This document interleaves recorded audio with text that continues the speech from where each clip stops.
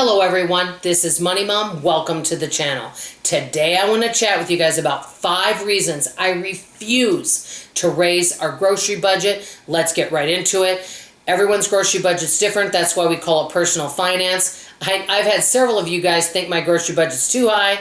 I've had several of you think it's too low. Everyone has a different opinion and it matters on so many factors. I budget $500 a month for 3 people. That includes all food. That does not include going out to eat. And that includes if I were to buy something at Sam's. I do spend right around that or a little bit less. I've been under budget most months except for one where I was right at budget. And I'm not saying there's never any times I do go over budget, but I've been really good in 2024. So I will start with saying that. I have done some research. The average family of 3 spends $908 a month on groceries. I'm not sure where they're getting those figures, but this is across the United States and there's many states, and I'm not sure what types of foods everyone is buying because some people may be on special diets. I know if you're on a special diet, it can cost more. So like I said, this is why we call it personal finance. $500 is enough, but it does take careful planning and a lot of scratch cooking. I will tell you that because prices have gone up, I do need to do careful planning to make this work. In other words, let's say that I worked 80 hours a week, I made a good income, and I had absolutely no time to cook.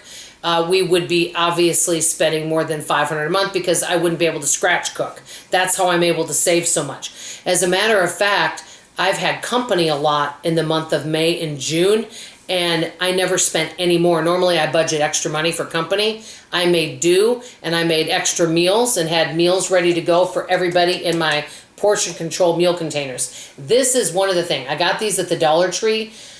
Getting these containers and portioning everything out has saved me so much money because I do portions, and I'm actually trying to do a little bit less because I think that we could all use a little less portion and then we can fill it in with some fruits and other veggies and things on the side. So that is one thing I want to touch on. So one of the reasons, number one, is I'm not listening to what other people or the experts are telling me. I'm not a sheep. I'm a person. Just because other people say, hey, your grocery budget should be raised because groceries have gone up so much, so you need to raise your grocery budget accordingly. Well, if someone else wants to do that, that's totally fine. I'm choosing to take on the challenge and make do with what I have and make the most of it and get creative. That's what I'm choosing to do for our family. Many times, I think there's a lot of people out there that have raised their grocery budget. Maybe they do need to, and I don't know their situation, but because they're being told over and over again how much groceries cost. And so they just automatically raise their grocery budget rather than looking at how to get creative. But like I always say, it depends on each family, okay? Number 2, I've read this in so many different articles. Americans tend to waste between 30 to 40% of the food we buy. Let's say we only waste 20%. We tend to waste dairy, and I'm going to give you a confession in a minute, produce, apples being the first one, and salads also being another thing. Those 2 are biggies. People throw away a lot of apples and a lot of salads. And bread. Those are biggies that people end up wasting. And so this is what I ask myself. Hey, Dawn, do you waste food? I waste less than I used to, but I do sometimes waste dairy and I do sometimes waste bread.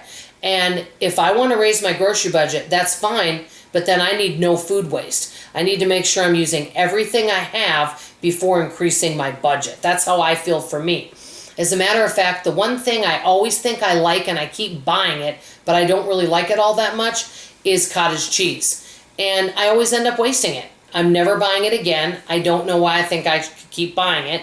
It's supposed to be good for you, have a lot of protein, but I just am not a big fan of it. So I finally learned my lesson on that. Okay, number 3, a big thing that we cut out of our budget that was really, it was death by a thousand cuts. It was costing an extra $30 to $35 a month, or not a month, a week. So about an extra $120 a month doing this, buying a lot of drinks, a lot of convenience foods, and a lot of snacks. That adds up a lot. Now I'm doing a lot of scratch cooking.